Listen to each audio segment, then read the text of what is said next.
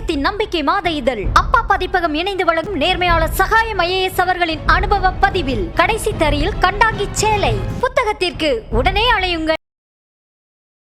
அனைவருக்கும் வணக்கம். பரந்தூரில் விமான நிலையம் அமைக்கக்கூடாது என்று எதிர்ப்பு தெரிவித்து 909 நாட்களாக போராடி கொண்டிருக்கிற மக்களை சந்திக்க நாளை தமிழக வெற்றி கழகத்துறை தலைவர் விஜய் அவர்கள் செல்கிறார் என்பது பேசுவது பொருளாக மாறியிருக்கிறது.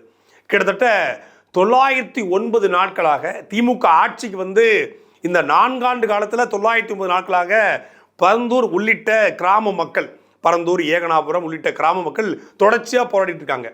போராடியது மட்டும் இல்லாமல் கடந்த 2024 நாடாளுமன்ற தேர்தலையே அந்த மக்கள் புறக்கணித்தாங்க.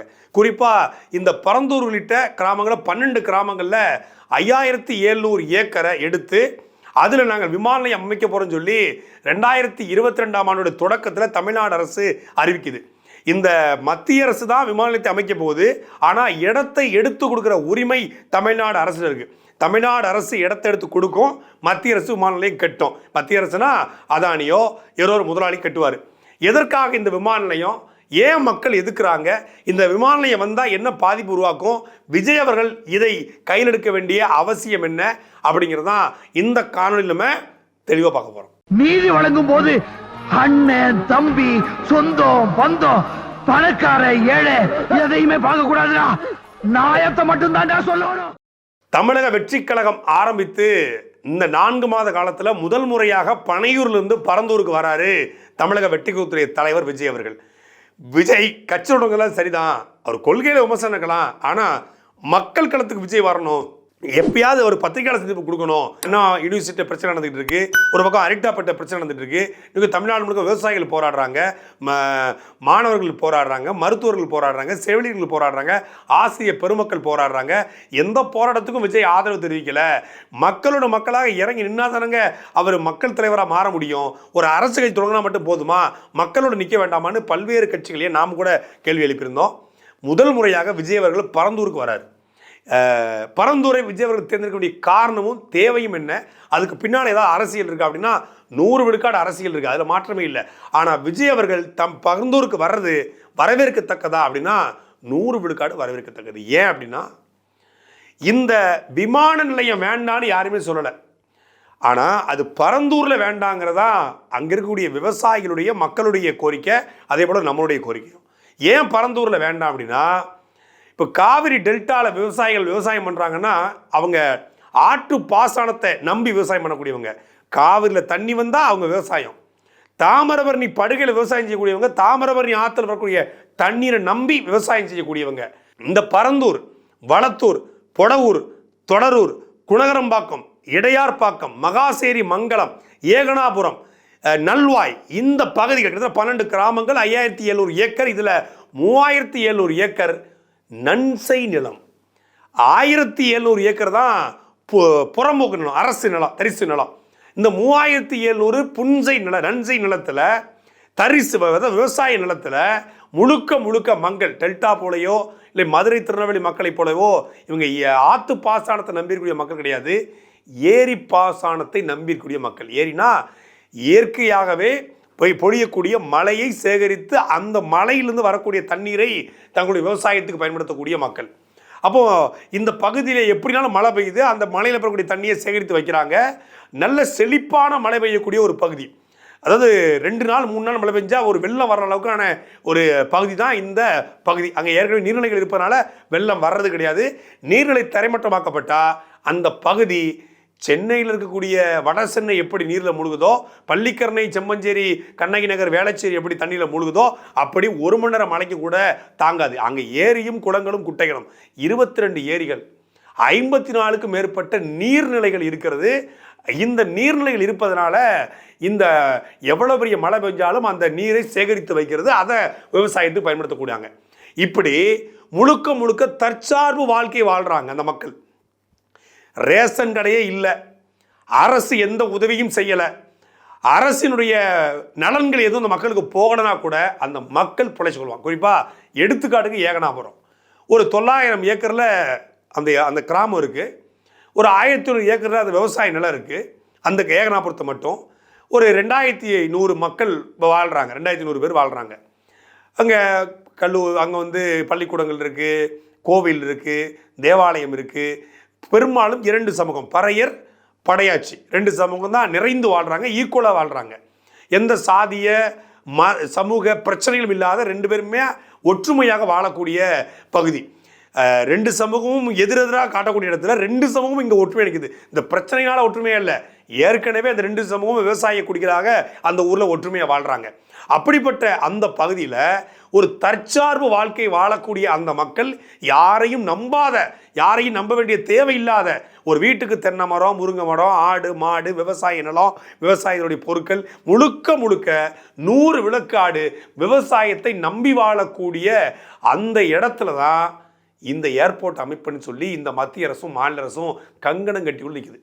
இதே திமுக அரசு 2019ஆம் ஆண்டு நாடாளுமன்ற தேர்தலில் அன்றைக்கு இருந்த அதிமுக அரசு இந்த பரந்தூர் உள்ளிட்ட பகுதிகளில் விமான நிலையம் அமைக்கணும் அப்படின்னு முடிவு செஞ்சுருக்கோம் அப்படிங்கிற ஒரு அறிக்கை விட்டுறாங்க.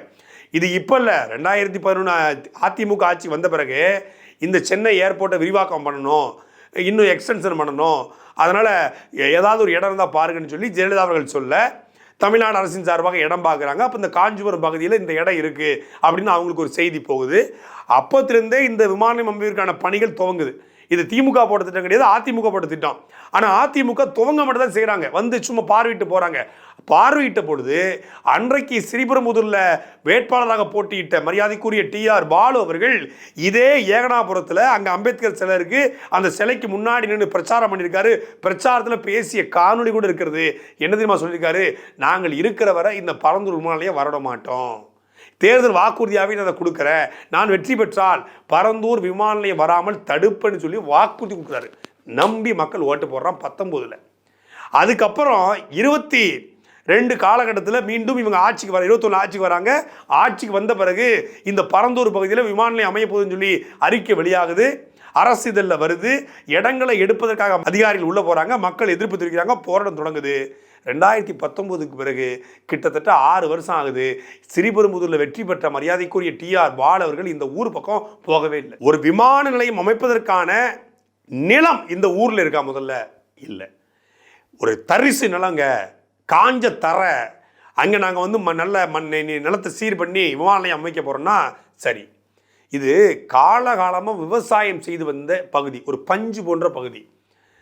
இவங்க ரன்வே அமைப்பதாக சொல்லப்படுகிற இந்த இடத்துல ஒரு ஏரி வருது. அந்த ஏரியை ஆக்கிரமிச்சு தான், ஏரி மேலே தான் ரன்வேவே. எப்பேற்பட்ட அறிவுள்ள அரசாங்கம் பாருங்க. சென்னையில் ஒரு ஏர்போர்ட் இருக்குது, 1300 ஏக்கர்.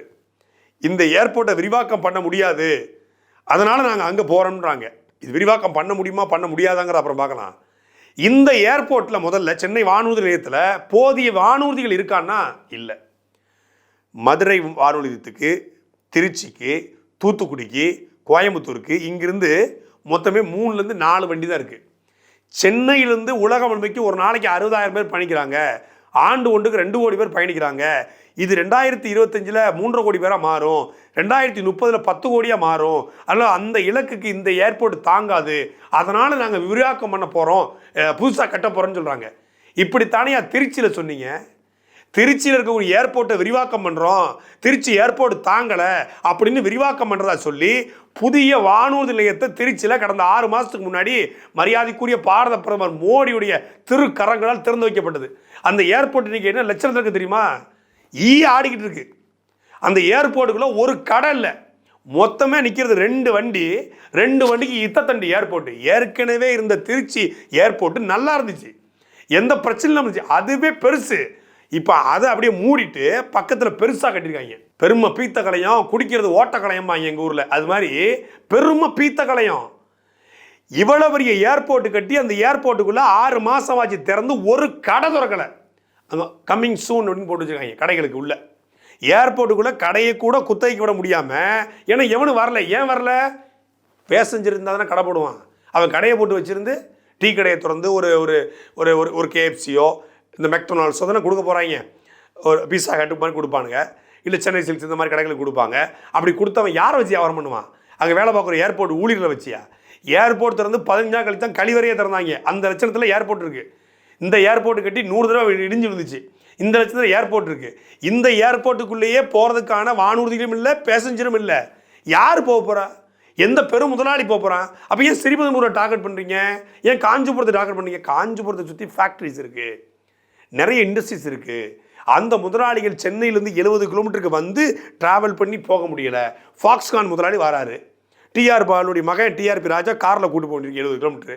நேராக பரந்தூரில் இருந்தால் அங்கேருந்து இறங்கி அப்படியே ஃபாக்ஸ்கான் போய் பார்த்துடலாம், அங்கே இருக்கக்கூடிய நிறுவனங்களை பார்த்துடலாம்.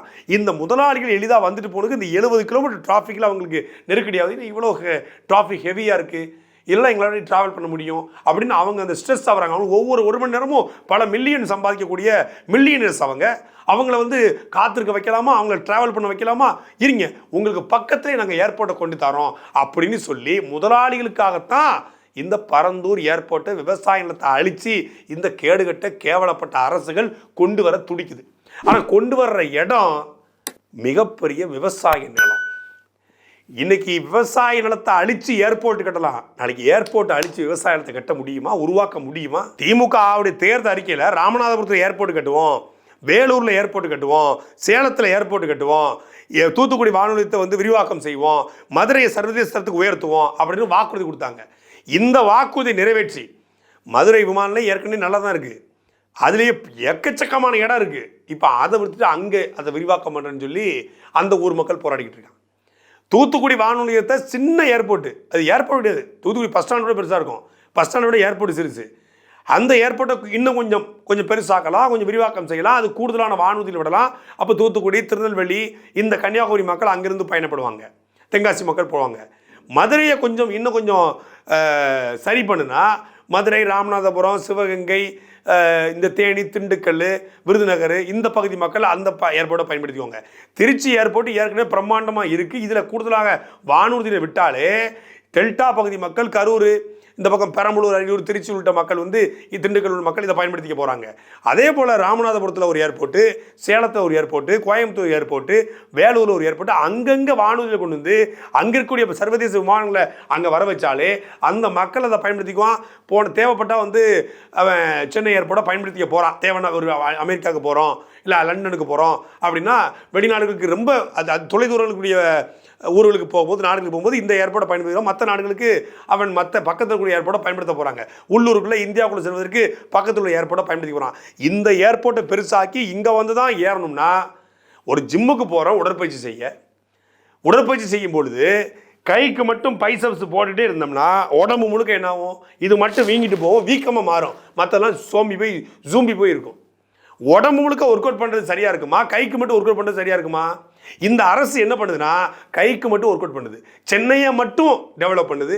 சென்னையில் மெட்ரோ, சென்னையில் திரைப்பட கல்லூரிகள், சென்னையில் சட்டமன்ற அலுவலகம், சென்னையில் தலைமைச் செயலகம், சென்னையில் ஏர்போர்ட்டு, சென்னையில் போர்ட்டு, சென்னைன்னு எதுனாலும் சென்னை நோக்கி வர வேண்டிய தேவையை தான் உருவாக்கிறது. இது வளர்ச்சி கிடையாது, இது வீக்கம். மரியாதைக்குரிய தமிழ்நாட்டுடைய அமைச்சர் தங்கம் தென்னரசு சொல்கிறாங்க, ஏர்போர்ட் விரிவாக்கத்துக்கு இங்கே இடம் இல்லை. எங்கே? சென்னை மீனம்பாக்கத்தில் பக்கத்தில் இராணுவ பயிற்சி பள்ளி இருக்குது. இராணுவ பயிற்சி பள்ளியில் 900 ஏக்கர் இருக்குது.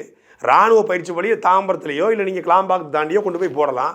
அங்கே கொண்டு போயிட்டு ஒரு 900 ஏக்கரில் அரசு நிலத்தில் ஒரு பயிற்சி பள்ளியை உருவாக்கிட்டு இந்த இடத்தை எடுத்தாலே 1300 ஏற்கனவே இருக்கிறது ஏர்போர்ட்டு, இன்னொரு 900 ஏக்கர் சேர்ந்துச்சுன்னா 2200 ஏக்கர் ஆயிடுது. 2200 ஏக்கரில் பெரிய பிரம்மாண்டமான நீங்கள் நினைத்தது போல் 10 கோடி பேசஞ்சர்ஸ் வந்துட்டு போகிற மாதிரி ஒரு ஏர்போர்ட்டை கட்ட முடியுமே? சென்னை மீனம்பாக்கம் பக்கத்திலேயே எக்ஸ்டென்ஷன் பண்ணுறதுக்கான இடத்தை இருக்குது. இந்த ஏர்போர்ட்லே சரியான ஏர்போர்ட், இதுவே போதுமானது. அப்படி விரிவாக்கம் செய்யலாம் கூட இராணுவ பயிற்சி பள்ளி இருக்குது, அந்த இடத்த எடுத்துக்கலாம். இல்லை, நாங்கள் வாண்டடாக வம்படியாக வந்து விவசாய நிலத்தான் அழிப்போம்னா மக்கள் எதுக்கு தானே செய்வான்? பொதுவாக விமான நிலையங்கள் என்பது ஒன்று உருவாக்குவது என்பது ஒரு நாட்டினுடைய பொருளாதார வளர்ச்சிக்கு மிகுந்த அவசியமான ஒன்று என்பதை யாரும் நாம் மறுத்துவிட முடியாது. சென்னையில் இருக்கக்கூடிய இந்த விமான நிலையத்தை நான் ஏற்கனவே சொன்ன வெறும் 1300 ஏக்கராக இருக்குது. நீங்கள் எவ்வளவு தான் அதை விரிவுபடுத்தினாலும் இந்த பயணிகளுடைய எண்ணிக்கையை முதல்ல அதில் சமாளிக்க முடியாது. தவிர இன்னொன்று பார்த்தீங்கன்னா, சென்னை விமான நிலையத்தை சுற்றி உங்களுக்கே தெரியும் நிறைய வீடுகள். ஒரு நாள் 2 நாள் போராடலை, 909 நாட்களாக போராடி இருக்கிறாங்க. அண்ணன் நாம் தமிழர் தலைவர் சீமான் அவர்கள், பாமகவுடைய தலைவர் அண்ணன் திருமாவளவன் அவர்கள், பல்வேறு கட்சியினுடைய தலைவர்கள் அங்கே போய் பார்வையிட்டிருக்காங்க, அதுக்கான ஆதரவு தெரிவிச்சிருக்காங்க, மக்கள் களத்தில் தொடர்ச்சியாக நின்றுருக்காங்க. ஆனால் இப்பொழுது ஒரு புகழ்பெற்ற நடிகர், அரசுக்கு வந்தவர், இதுவரைக்கும் எங்கேயுமே வெளியே வராமல் இருந்தவர் முதல் முறையாக பரந்தூரை கையில் எடுத்து, அதுவும் இரு சமூகம், தமிழ்நாட்டுடைய முதன்மையான சமூகங்கள், பெருஞ்சமூகங்கள் வாழக்கூடிய பகுதி, விவசாயிகள் வாழக்கூடிய பகுதி, அதில் இவர் அரசியல் ரீதியாக இதை கையில் எடுத்தாலும் கூட பரந்தூரை விஜய் அவர்கள் கையில் எடுத்திருப்பது, வர இருப்பது, அங்கே வந்து பேச இருப்பது, மக்களை சந்திக்க இருப்பது உண்மையிலே வரவேற்கத்தக்கது.